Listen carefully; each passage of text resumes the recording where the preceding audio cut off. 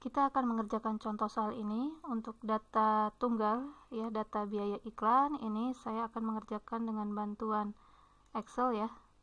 Datanya sudah saya pindahkan ke sini. Kita akan membuat tabel distribusi frekuensi menggunakan 6 tahap ini, ya. Baik, pertama kita akan menghitung rentang, di mana rentangnya itu adalah Xmax, yaitu data terbesar, dikurangi Xmin, data terkecil. Kita akan cari dulu data terbesar di antara ini, ada 305, ya, 307. Maka di sini kita tulis 307 dikurangi Xmin-nya, data terkecilnya, ini ya, 242, adakah lebih kecil? Tidak ada, ya, berarti dikurangi 242. Nah, ini saya hitung menggunakan Excel saja, ya. Ini yang ini saya tulis keterangannya, ya, agar memudahkan kalian untuk memahami. Jadi ini saya hitung. Jangan lupa untuk di Excel kalau mau menghitung, ya, maka mau mulai menghitung penjumlahan, pengurangan, dan seterusnya, aritmatika, jangan lupa depannya pakai tanda sama dengan. Baik, rentang nilai R itu adalah 65. Selanjutnya kita akan menghitung banyaknya kelas. K sama dengan 1 ditambah 3,3 log N.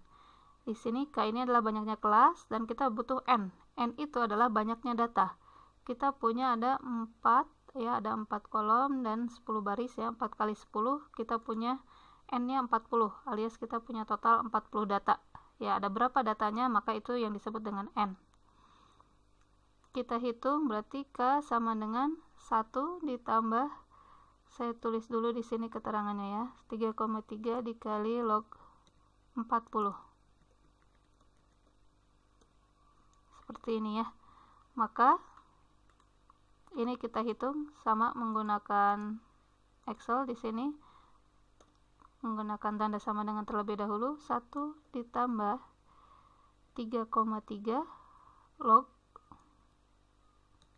ya, kita menggunakan bisa log 10, ya, sama saja, log 40. Oh, mohon maaf,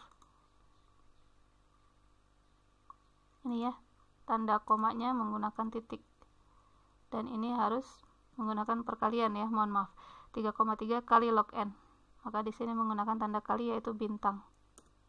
Hasilnya adalah 6,28.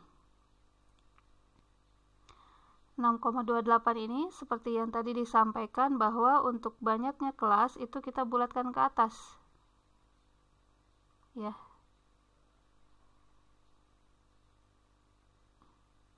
Oh, mohon maaf, selain panjang kelas, ya, banyaknya kelas itu kita bulatkan ke atas, jelas, ya, karena di sini tidak mungkin kita punya sebanyak 6,2 kelas, kan tidak mungkin, ya, 6,3 kelas, pasti bilangan bulat, ya. Jadi kenapa dibulatkan ke atas? Karena kalau 6 kelas saja nanti khawatir tidak semua data bisa masuk ke dalam kelas. Maka ini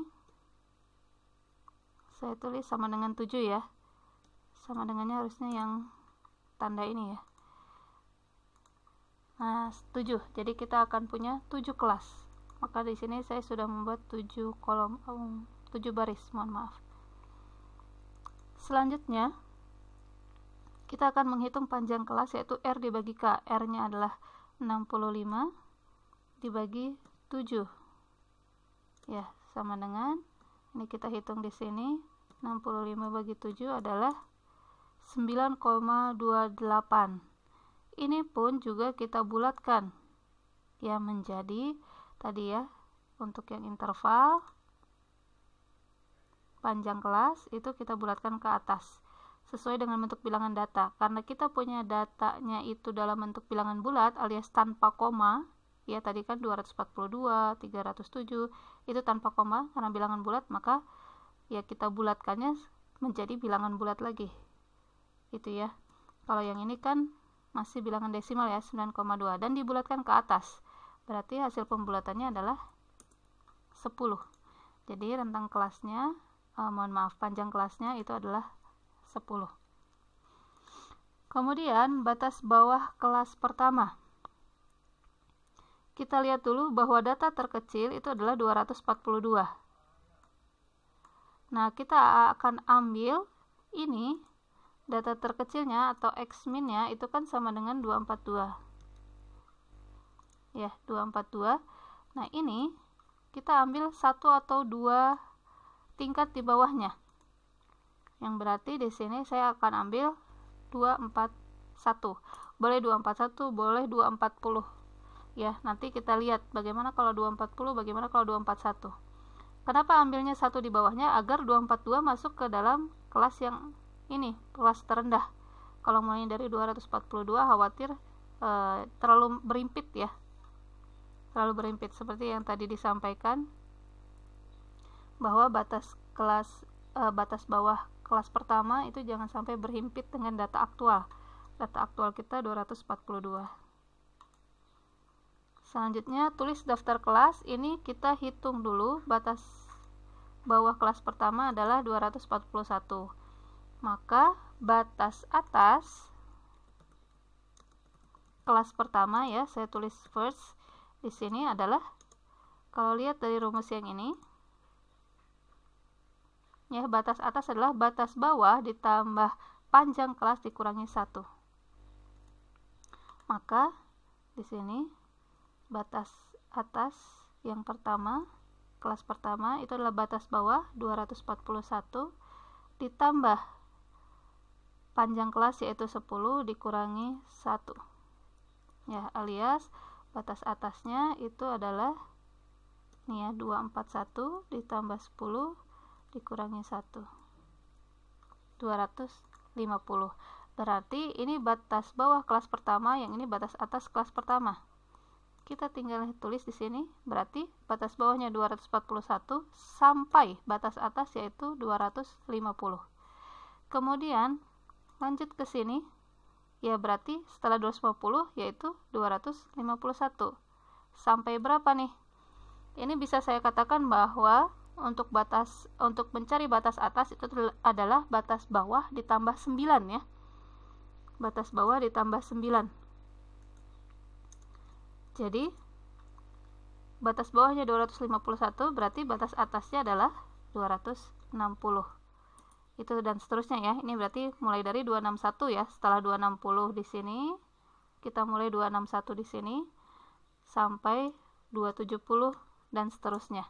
Ini langsung saya tulis komplitnya ya. Ya, ini komplitnya ya. Jadi batas bawah saya tambahkan 9. Karena di sini kita punya panjang kelas 10 kurangi 1 9 ya. Ini hasilnya untuk kelas intervalnya. Selanjutnya kita akan menghitung tepi bawah dan tepi atas. Kalau kita lihat lagi kembali ke sini rumusnya, tepi atas itu adalah batas atas tambah 0,5, sedangkan yang bawah adalah batas bawah kurangi 0,5. Maka di sini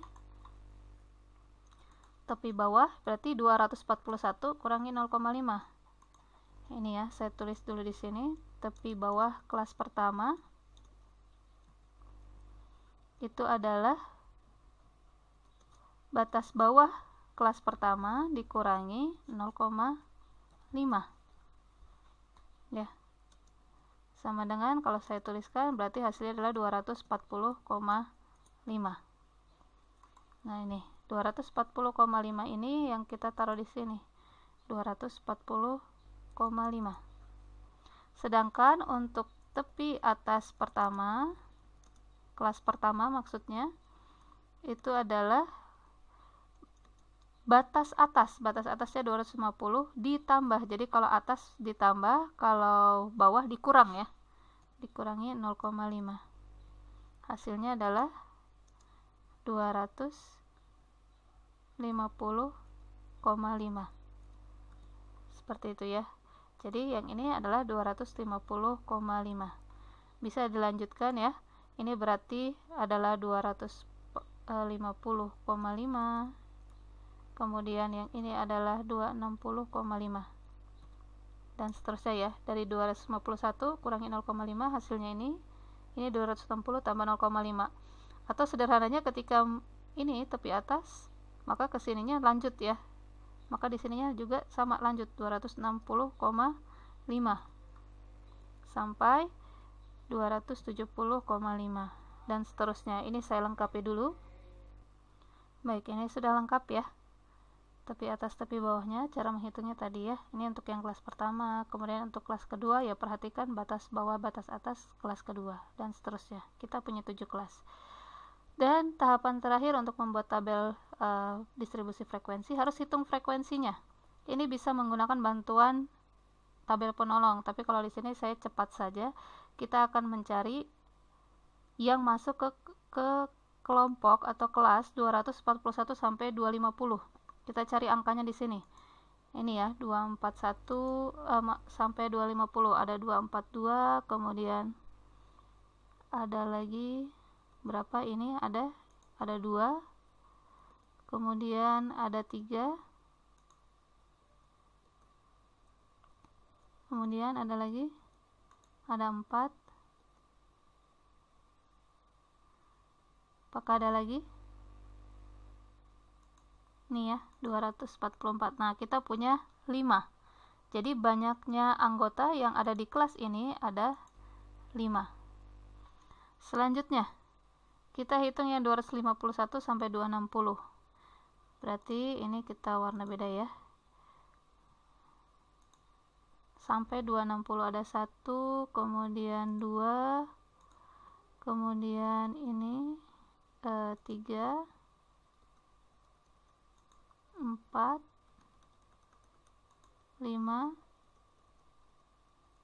6, 7. Ada 7 atau ada yang terlewat? Oh, satu lagi ini ya, tadi terlewat. Baik, ada 8 data dan seterusnya. Kita hitung untuk seluruhnya. Ini saya lengkapi dulu ya. Baik, ini sudah dihitung ya. Jadi yang kelas ketiga ada 10, kelas keempat ada 6 dan seterusnya. Kelas terakhir, kelas ketujuh ada 3 ya. Ini kalau kita total, kita jumlahkan, benar totalnya adalah 40 data. Ada 40 data dan inilah yang disebut dengan tabel distribusi frekuensi.